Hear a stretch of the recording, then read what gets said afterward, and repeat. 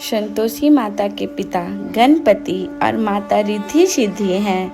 इनका परिवार धन्य धान्य, सोना चांदी, मोती मूंगा तथा रत्नों से भरा है। पिता गणेश की कृपा से दरिद्रता और कलह का नाश, घर में सुख तथा शांति, बाल गोपाल से भरा परिवार, व्यापार में लाभ ही लाभ, मन की सर्व कामनाओं की पूर्ति और शोक विपत्ति चिंता आदि सब दूर होती है। जो भी इस व्रत को विधि के अनुसार व्रत करने से व्रतकर्ता की सभी मनोकामनाएं पूर्ण होती है। परिवार में सुख शांति और व्यापार में उन्नति के लिए यह व्रत सर्वोत्तम तथा अत्यधिक सरल है। जय संतोषी माता। एक बुढ़िया के 7 बेटे थे। 6 बेटे कमाने वाले थे और एक बेटा निकम्मा था। बुढ़िया माँ 6 पुत्रों का जूठा 7वें को देती। 7वां पुत्र एक दिन अपनी पत्नी से बोला, देखो मेरी माता का मुझ पर कितना प्रेम है। वह बोली, क्यों नहीं, सबका जूठा बचा हुआ तुमको खिलाती है। वह बोला, जब तक आंखों से ना देखो मान नहीं सकता। पत्नी ने हंसकर कहा, देख लोगे तब तो मानोगे। कुछ दिन बाद एक बड़ा त्यौहार आया। घर में 7 प्रकार के भोजन और चूरमा के लड्डू बने।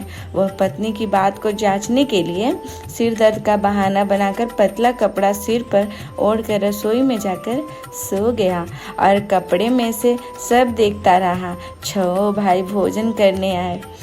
उसने देखा माँ ने उनके लिए सुंदर सुंदर आसन बिछाए, 7 प्रकार की रसोई पड़ोसी और आग्रह करके उन्हें भोजन कराती रही। वह देखता रहा।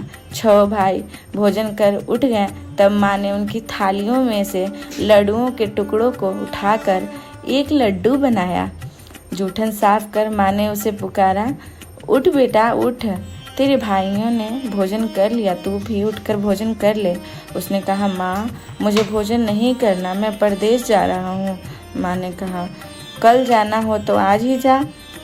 वह बोला, हाँ हाँ जा रहा हूँ। यह कहकर वह घर से निकल गया। चलते समय उसे पत्नी की याद आई। वह गौशाला में कंडे थाप रही थी। वहाँ जाकर वह बोला, मेरे पास तो कुछ नहीं है, यह अंगूठी है, सो ले लो और अपनी कोई निशानी मुझे दे दो। वह बोले, मेरे पास क्या है, यह गोबर भरा हाथ है। यह कहकर पत्नी ने उसकी पीठ पर गोबर के हाथ की थाप मार दी। वह चल दिया। चलते चलते दूर देश में पहुंचा। वहाँ एक साहूकार की दुकान थी। वहाँ जाकर बोला, सेठ जी मुझे नौकरी पर रख लो। साहूकार को नौकर की सख्त जरूरत थी। साहूकार ने बोला, काम देखकर तनख्वाह मिलेगी। उसने कहा, सेठ जी जैसा आप ठीक समझे। उसे साहूकार के यहाँ नौकरी मिल गई। वह वहाँ दिन रात काम करने लगा। कुछ दिन में एक लेनदेन, हिसाब किताब, ग्राहकों को माल दुकान का बेचना, सारा काम करने लगा। साहूकार के 7-8 नौकर थे। वे सब चक्कर खाने लगे, लेकिन उसने अपनी लगन, परिश्रम और ईमानदारी से सभी को पीछे छोड़ दिया। उसे अपने किए का फल मिला। सेठ ने भी उसका काम देखा और 3 महीने में ही उसे मुनाफे में साझीदार बना लिया।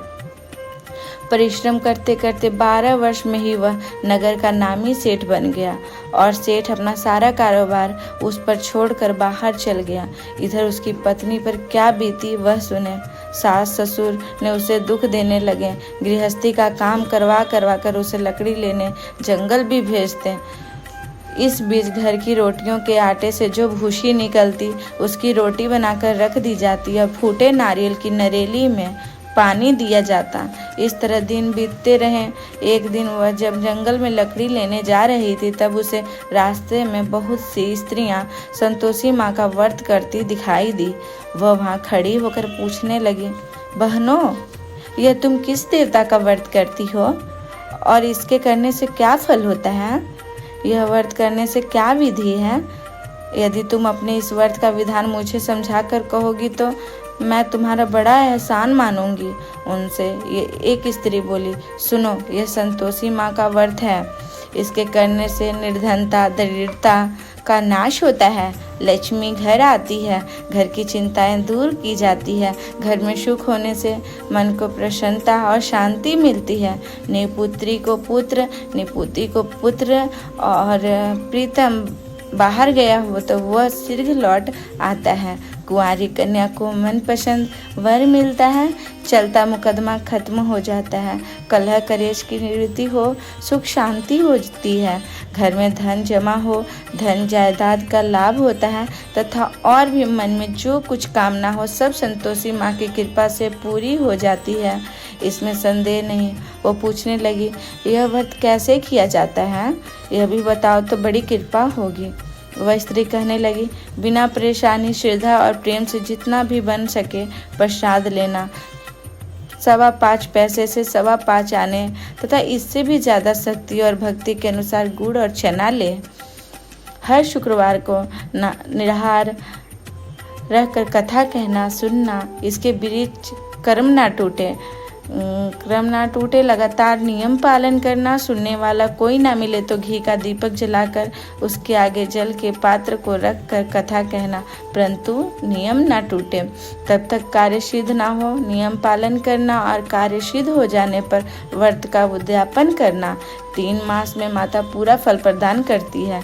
यदि किसी के खोटे ग्रह हो तो भी माता 1 वर्ष में अवश्य उन्हें अनुकूल करती है।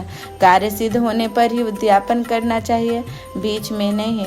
उद्यापन में 2.5 सेर आटे का खाजा तथा इसी के अनुसार खीर तथा चने का साग बनाना, 8 बच्चों को भोजन कराना, जहाँ तक मिले देवर, जेठ, भाई, बंधु, कुटुंब के लड़के लेना, ना मिले तो रिश्तेदारों तथा पड़ोसियों के लड़के बुलाना, उन्हें भोजन करा, यथाशक्ति दक्षिणा दे, माता का नियम पूरा करना।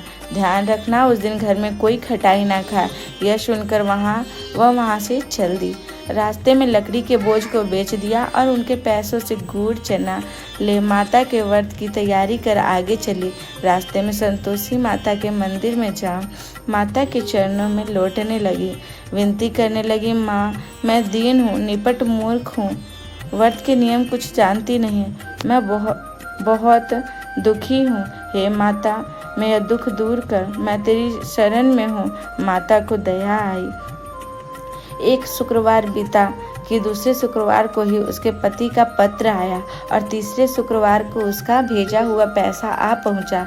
यह देखकर जेठानी मुंह से कोड़ने लगी, इतने दिनों बाद इतना पैसा आया, इसमें क्या बड़ाई है। लड़के ताने देने लगे। काकी के पास अब पत्र आने लगे, रुपया आने लगा। अब तो काकी की खातिर बढ़ेगी, अब तो काकी बुलाने से भी नहीं बोलेगी। बेचारी सरलता से कही, भैया पत्र आए, रुपया आए, हम सबके लिए अच्छा है। ऐसा कहकर आंखों में आंसू भरकर संतोषी माता के मंदिर में जा मातेश्वरी के चरणों में गिरकर रोने लगी। माँ मैंने तुमसे पैसा नहीं मांगा, मुझे पैसे का क्या काम, मुझे तो अपने सुहाग से काम है, मैं तो अपने स्वामी के दर्शन और सेवा मांगती हूँ। तब माता ने प्रसन्न होकर कहा, जा बेटी तेरा स्वामी जल्दी ही आएगा। यह सुन खुशी की बावली हो वह घर आकर काम करने लगी। संतोषी माँ विचार करने लगी, इस भोली पुत्री से मैंने कह तो दिया कि तेरा पति शीघ्र आएगा, पर आएगा कहाँ से, वह तो इसे सपन में भी याद नहीं करता। उसे इसकी याद दिलाने तो मुझे ही जाना पड़ेगा। संतोषी माँ ने उस बुढ़िया के बेटे को सपन में समझाया, पुत्र तेरी घरवाली कष्ट उठा रही है। वह बोला, हाँ माता यह तो मुझे भी मालूम है, परंतु क्या करूं, वहाँ कैसे जाऊं, परदेश की बात है, लेन देन का सारा हिसाब किताब है, कोई जाने का रास्ता नज़र नहीं आता, आप ही कोई राह दिखाएं कि वहाँ कैसे जाऊं। माँ कहने लगी, सवेरे नहा धोकर संतोषी माता का नाम ले, घी का दीपक जला, दंडवत कर और दुकान पर जा बैठना। देखते देखते तेरा लेन देन चुक जाएगा, जमा माल बिक जाएगा, सांझ होते होते धन का ढेर लग जाएगा। वह अगले दिन सुबह बहुत जल्दी उठा। उसने अपने मित्र बंधुओं परिचितों से स्वप्न में माता द्वारा कही गई बात का सुनाई। वह सब उसकी बात सुनकर उसकी खिल्ली उड़ाने लगे। वह कहने लगे, कहीं कभी सपने की बात भी सच्ची होती है। एक बूढ़ा व्यक्ति बहुत समझदार था। वह बोला, देखो भाई मेरी बात मानो, इस तरह सच या झूठ कहने के बदले देवता ने जैसा कहा है वैसा ही करना, तेरा क्या जाता है। बूढ़े की बात मानकर नहा धोकर उसने संतोषी माता को प्रणाम किया। फिर घी का दीपक जलाकर दुकान पर जा बैठा। शाम तक धन का ढेर लग गया। वह हैरान हुआ, मन में संतोषी माँ का नाम ले प्रसन्न हो घर जाने के वास्ते गहना, कपड़ा और सामान खरीदने लगा। सब काम से निपट अपने घर को रवाना हुआ। उधर उसकी पत्नी जंगल में लकड़ी लेने गई। लौटते वक्त थक जाने के कारण संतोषी माँ के मंदिर पर विश्राम करने बैठ गई। यह तो उसका रोज रुकने का स्थान था। धूल उड़ती देख उसने माता से पूछा, हे माता, यह धूल कैसी उड़ रही है? माता ने कहा, हे पुत्री, तेरा पति आ रहा है। अब तू ऐसा कर, लकड़ियों के 3 बोझ बना। एक नदी के किनारे रख, दूसरा मेरे मंदिर पर और तीसरा अपने सिर पर रख। तेरे पति को लकड़ी का कट्टा देख कर मोह पैदा होगा।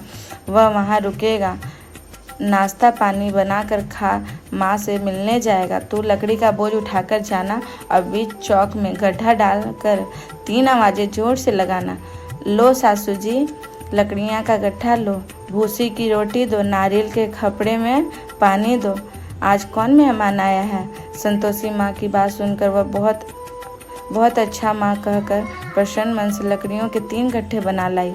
एक नदी के तट पर, दूसरा माता के मंदिर पर रख। इतने में ही वह मुसाफिर वहाँ आ गया। सूखी लकड़ी देखकर उसकी इच्छा हुई कि अब यहीं विश्राम करें। अब भोजन बना खा पीकर गांव चले। इस प्रकार भोजन कर विश्राम कर वह अपने गांव में आ गया। उसी समय बहू सिर पर लकड़ी का कट्टा लिए आई। उसने गट्ठा आंगन में डाल जोर से 3 आवाज़ें दी। लो सासू जी, लकड़ी का गट्ठा लो, भूसी की रोटी दो, नारियल के खोपड़े में पानी दो। आज कौन मेहमान आया है? यह सुनकर सास ने अपने दिए हुए कष्टों को भुलाने हेतु कहा, बहू तू ऐसा क्यों कहती है? तेरा मालिक ही तो आया है। बैठ, मीठा भात खाकर कपड़े गहने पहन। पत्नी की आवाज़ सुनकर उसका स्वामी बाहर आया और उसने हाथ में अपनी अंगूठी देख व्याकुल हो गया। उसने माँ से पूछा, माँ यह कौन है? माँ बोली, बेटा यह तेरी पत्नी है। आज 12 वर्ष हो गए जब से तू गया है, तब से सारे गांव में जानवर की तरह भटकती फिरती है। काम काज कुछ करती नहीं, 4 समय आकर खा जाती है। अब तुझे देखकर भूसी की रोटी और नारियल के खोपड़े में पानी मांगती है। वह बोला, ठीक है माँ, मैंने इसे भी देखा है और तुम्हें भी। अब मुझे दूसरे घर की चाबी दो, मैं उसमें रहूँगा। ठीक है बेटा, जैसी तेरी मर्जी, कहकर माँ ने ताली का गुच्छा बेटे के सामने रख दिया। उसने दूसरे घर को खोलकर सारा सामान जमाया। एक ही दिन में वहाँ राजा के महल जैसा ठाठ बाट बन गया। अब क्या था, वह सुख भोगने लगी। अगला शुक्रवार आया तो उसने पति से कहा, मुझे संतोषी माँ का उद्यापन करना है। पति बोला, अच्छा, खुशी से कर ले। वह उद्यापन की तैयारी करने लगी। जेठ के लड़कों को भोजन के लिए कहने गई। उन्होंने मंजूर किया, परंतु पीछे से जेठानी ने अपने बच्चों को सिखलाया, देखो रे, भोजन के समय सब लोग खटाई मांगना, जिससे उसका उद्यापन पूरा ना हो।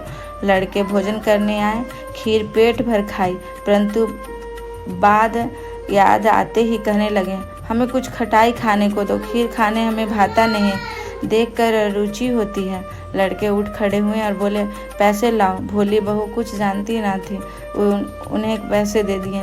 लड़कों ने बाजार जाकर उन्हें पैसों से इमली खरीदी और खाई। यह देखकर बहू पर माताजी ने कोप किया। राजा के दूत उसके पति को पकड़ कर ले गए। जेठ जेठानी मनमाने खोटे वचन कहने लगे, लूट लूट कर धन इकट्ठा कर लाया था, सो राजा ने उसे पकड़ कर ले गए हैं। अब सब मालूम हो जाएगा जब जेल से की रोटी खाएगा। बहू यह वचन सहन नहीं कर सकी। वह संतोषी माँ के मंदिर में गई और कहने लगी, माता तुमने ये क्या किया? हंसाकर क्यों रुलाने लगी? माता बोली, पुत्री तूने मेरा व्रत भंग किया है, इतनी जल्दी सब बातें भुला दी। वह बोली, माता भूली तो नहीं हूँ, ना कुछ अपराध किया है, मुझे तो लड़कों ने भूल में डाल दिया, मुझे क्षमा करो माँ। माँ बोली, ऐसी भूल भी कहीं होती है? वह बोली, माई अब भूल नहीं होगी, अब बताओ मेरे पति कैसे आएंगे? माँ बोली, पुत्री जा, तेरा इकर पति तुझे रास्ते में ही आता मिलेगा। वह मंदिर से निकलकर बाहर आई तो रास्ते में उसने अपने पति आता हुआ मिला। उसने पूछा, कहाँ गए थे? वह बोला, इतना धन जो कमाया है उसका कर राजा ने मांगा था, वह भरने गया था। वह प्रसन्न होकर बोली, भला हुआ, अब घर चलो, फिर अगला शुक्रवार है। वो बोली, मुझे माता का उद्यापन करना है। पति ने कहा, ठीक है, करो। वह फिर जेठ के लड़कों से भोजन को कहने गई। जेठानी ने लड़कों को सिखा दिया कि तुम पहले ही खटाई मांगना। लड़के भोजन करने बैठे, परंतु भोजन करने से पहले ही कहने लगे, हमें खीर पूरी नहीं भाती, जी बिगड़ता है, कुछ खटाई खाने को। तो बहू बोली, खटाई खाने को नहीं मिलेगी, खाना हो तो खाओ। उनके उठकर चले जाने पर उसने ब्राह्मणों के लड़के बुलाकर भोजन करवाया। दक्षिणा की जगह उन्हें एक एक फल दिया। इससे संतोषी माता प्रसन्न हुई। माता की कृपा से 9 माह बाद उसको चंद्रमा के समान एक सुंदर पुत्र प्राप्त हुआ। पुत्र को लेकर वह प्रतिदिन संतोषी माता के मंदिर में जाने लगी। माँ ने सोचा कि यह रोज आती है, आज क्यों न मैं ही इसके घर चलूं, इसका आश्रा देखूं तो सही। यह विचार कर माता ने भयानक रूप बनाया। गुड़ और चने से सना मुख, ऊपर से सूर्य के समान होठ, उस पर मक्खियों भिनभिना रही थी। दहलीज पर पैर रखते ही उसकी सास चिल्लाई, देखो रे, कोई चुड़ैलनी चली आ रही है, लड़कों इसे भगाओ नहीं तो सबको खा जाएगी। बहू रोशनदान से देख रही थी। वह प्रसन्न हो उठी, आज मेरी माता मेरे घर आई है। यह कहकर दूध पीते बच्चे को गोद से उतार दिया। इस पर उसकी सास क्रोध से भरकर बोली, अरे रोड, इसे देखकर कैसी उतावली हुई जो बच्चे को पटक दिया। इतने में मुंह के प्रताप से जहाँ देखो वहाँ लड़के नजर आने लगे। बहू बोली, माँ जी, मैं जिनका व्रत करती हूँ ये वही संतोषी माता है। इतना कह उसने झट से घर के सारे किवाड़ खोल दिए। सबने माता के चरणों पकड़ लिए और विनती कहने लगी, हे माता, हम मूर्ख हैं, अज्ञानी हैं, तुम्हारे व्रत की विधि हम नहीं जानते, तुम्हारा व्रत भंग कर हमने बड़ा अपराध किया। हे माता, आप हमारे अपराधों को क्षमा करो। इस प्रकार बार बार कहने पर संतोषी माता प्रसन्न हुई। इसके बाद उसकी सास कहने लगी, हे संतोषी माता, आपने बहू को जैसा फल दिया वैसा सबको देना। जो यह कथा सुने या पढ़े उसका मनोरथ पूर्ण हो। बोलो